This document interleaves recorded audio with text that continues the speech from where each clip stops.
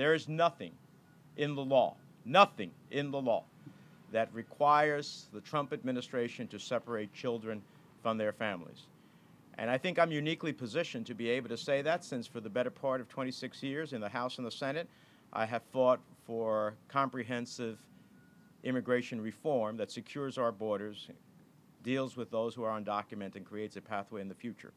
I worked on this when I was part of the Gang of Eight, where we passed comprehensive reform, 4 Republicans, John McCain, Lindsey Graham, and others, in the Senate, but languished in the House.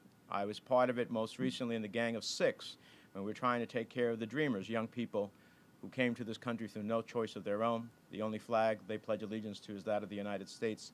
The only national anthem they know is the Star-Spangled Banner. The only country they've ever called home is America. This is unconscionable, it is immoral, and it is totally outside of the law.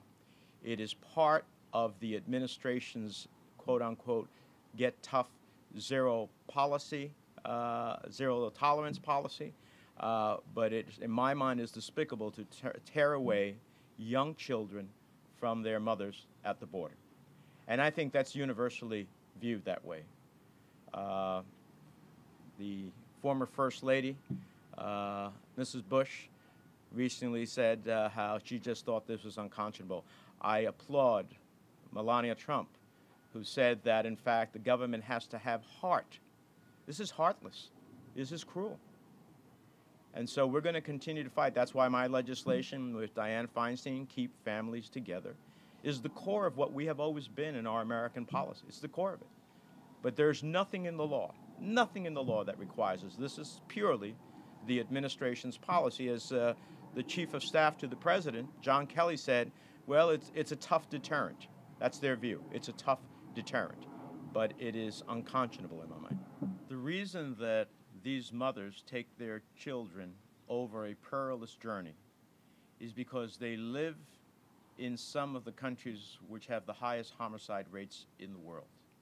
So their choice is a very stark and difficult choice.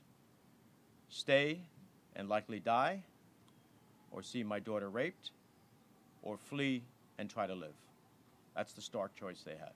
That's why they're making this journey. No other reason. Asylum, which has been part of the United States law since I can remember it, even before, is an opportunity to make that claim and let the United States know that you have a legitimate fear of your life or liberty at stake. Believe me, these mothers wouldn't be taking their children on a dangerous journey thousands of miles if they had some other choice. So this is, as Senator Booker said, it's shameful, and it's, it reminds me of when we interred Japanese.